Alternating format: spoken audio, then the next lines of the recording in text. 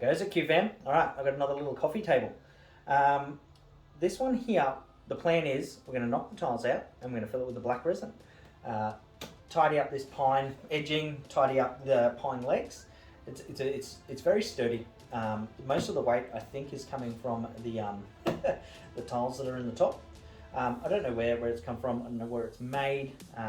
Said I put a couple of questionnaires out online, and it led us nowhere. Anyway, tiles are coming out. Black resin going in. It's a little dirty. It's because it sat in the shed whilst we did that 12-seater. Plus, it's been, as I said, used as an arts and crafts table. But guys, if you're enjoying what I'm doing, please like, comment, subscribe. I've got a couple of other little projects lying around that I'm going to get into and probably video as well. But this one here, we're going to get straight into it. I'm going to hit it with a pressure washer, and we're going to blow all this dirt off. So that's fun to do. Alright guys, thanks for watching. Let's get into it. So just here with the high pressure hose, I thought I'd cheat and try and blow the grout out. It didn't work at all. It did clean the paint off, which was nice, but it also damaged the timber, as you can see here. Yeah, so me trying to take a shortcut actually caused me to do more work. Alright guys, there's a few things here with removing tiles. One, PPE. Not the shit you get at City Beach or down at the local chemist or at the servo. I mean like proper PPE, because tile, when it shatters, just breaks off like shrapnel. Now, there's a few ways you can remove tile. There's one, you can use a Stanley knife, run it down the grout if you want. There's grout removing tools, which is like, looks like a spatula with a hook on it. You can run that down as well. I don't want to save these tiles, so I'm going to probably go straight to the punches. I don't care for the grout. This is all, in my opinion, coming out. So I'm going to hit it with the punch, but I'm going to wear PPE. Keep my eyes safe.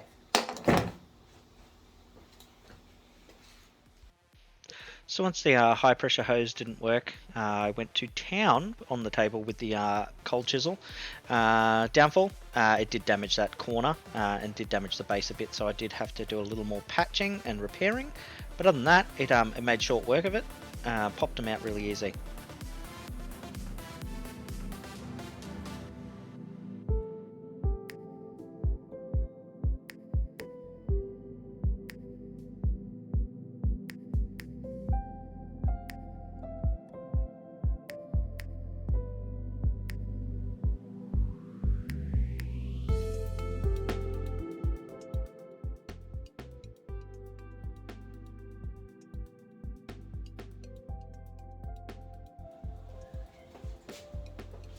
Alright guys, that's these beautiful floor tiles, as it says, floor tile, that are all knocked off. And try and not smash them up into tiny bits. Once they get broken, they become tiny little shards that are like, I'm not even kidding, they're like needle glass. So less mess, the better. Easier for you to clean up, easier for you to move on to the next part of the job.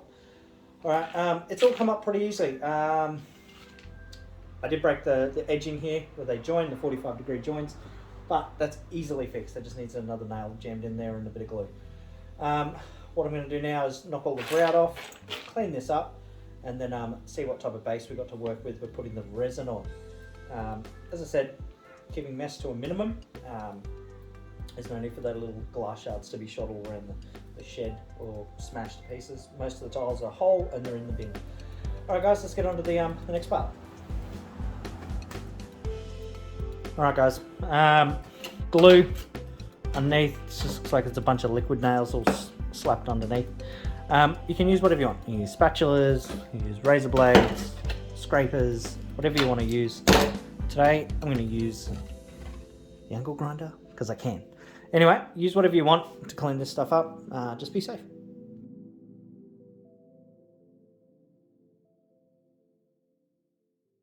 So this super cool thingamajig is a 45-degree angling tool. What it does is, with the little clamps on the sides there, you loosen it off and tighten it onto the corner. And what it does is pull the corner or the 45 nice and tight onto itself. These are often used in fish tank and steel work. So when you've got to put a tack weld or a bit of silicone and then keep it in that position whilst the glue dries. For this scenario, I just kind of need to pull that corner nice and tight because it wasn't cut super straight, and I needed those corners to be near watertight when I pour resin. So what I did was use the tool, tightened it up, it pulled it nice and tight and level, and then I put a nice little finishing nail in there, which held it in place whilst I put the PVA glue and wood putty into that corner. Thank you very much for listening to Quilty's TED Talk on 45 degree tool.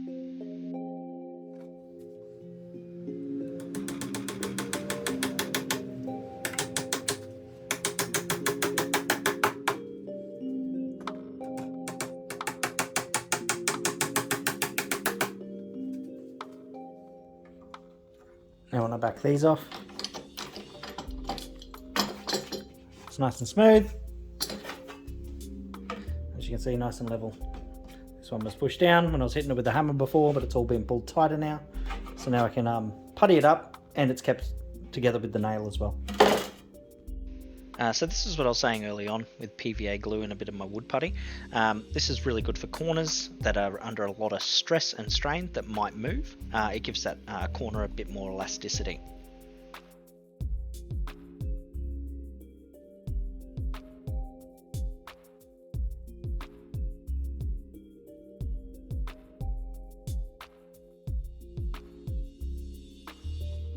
This is the corner that I damaged when I was going to town with it on with the cold chisel.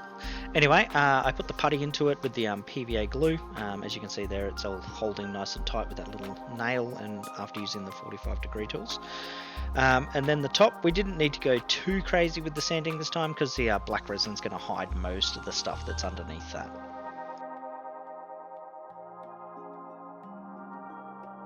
So a little downfall with the putty and PVA glue, these corners, they kind of need to be sharpened up, or they definitely stand out with that black resin. It just wouldn't line up. So we had to get in there nice and deep with a little Stanley knife and trim out all the excess putty and PVA glue.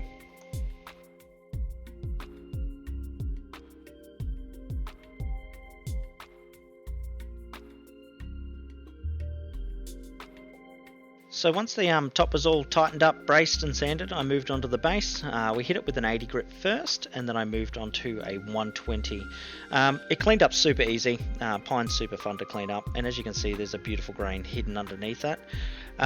With this old varnish and old shellac, make sure you wear a respirator because it is quite toxic and poisonous when it gets in the air. Okay, so before I put the paint down, where are we going to put the black paint? Just there? Excellent. And what about here? Yep. But what about here? No. No. Okay, excellent. Good listening. Thank you for listening. It's very good listening ears. What colour are we using today? Black. Black.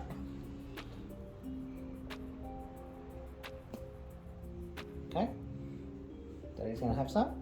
Doesn't matter where we put it. We just can't put it on the edge because the whole thing is going to be this colour. So it doesn't matter really where we go. Daddy's just going to put it around the edge like this.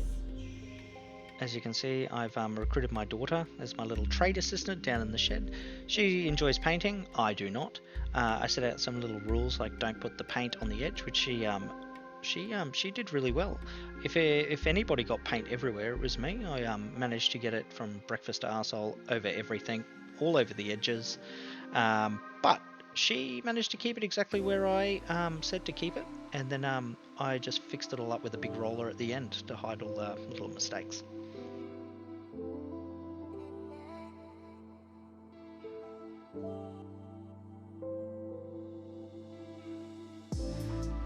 So this was the morning after. We came down, had a look at it. The paint was all dry.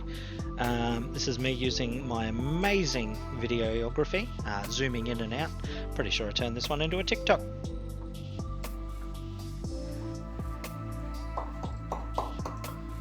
Alright guys, resin. I'm about to pour the resin. I've had to work out the volume of this tiny little square. So it's like 10 mil by 80 by 60 or something along those lines, which is about 500 mil, which I'll do a little bit more just in case.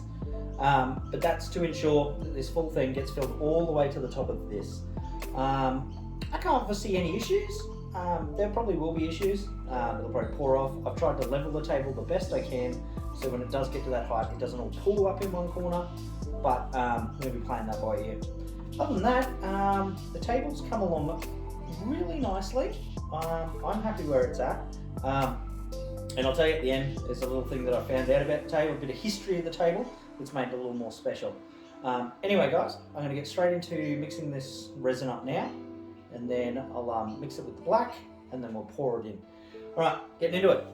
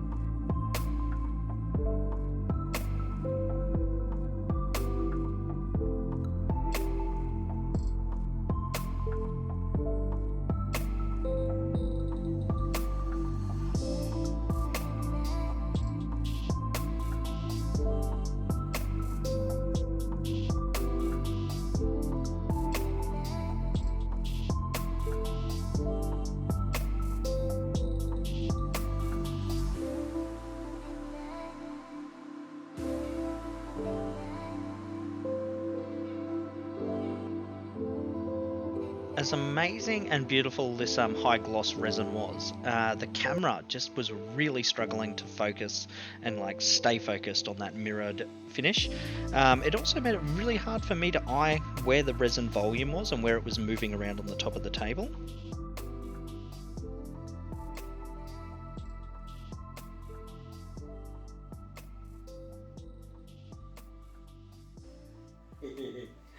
How we all going, Q fam? Alright, as you can see, this finish, insane.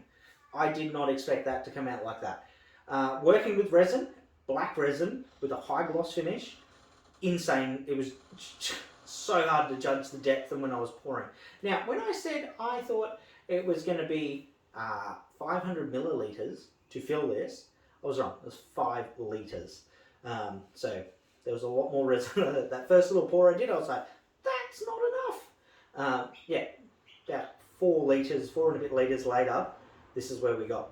Now, a bit of history behind this. I thought this was a curbside cleanup piece. I had a couple of pieces that I did pick up, and this was in there, but I forgot that I did pick this up from my mum. Now, mum messaged me probably halfway through this build and said, that's your brother Matthew's. Now, I messaged Matt. He told me, yep, he made this in grade 11. He's not a carpenter or anything, it's just one of the things he did at school. So 17 years later, I have restored it back to its former glory without those blue tiles. Now, whether I give that back to him, I think it's a bit special that we've restored it back to a usable piece and keep it in the family, I guess. Whether I use it as an arts and crafts table again for my daughters or he uses it for his daughters, we'll find out soon once we decide on what to do with it. Anyway, it's a solid little build. I've enjoyed restoring it. If you've enjoyed watching me fix it up, clean it up, do the dodgy stuff that I do, please like, comment, subscribe on the videos. Join me on the premieres, chat to me. I love having a good yarn, talking the smack. See you guys. As I said, thank you very much for watching. That's this done. on to the next project. So I'll keep you guessing. Anyway guys, thank you very much for watching. Quilty out.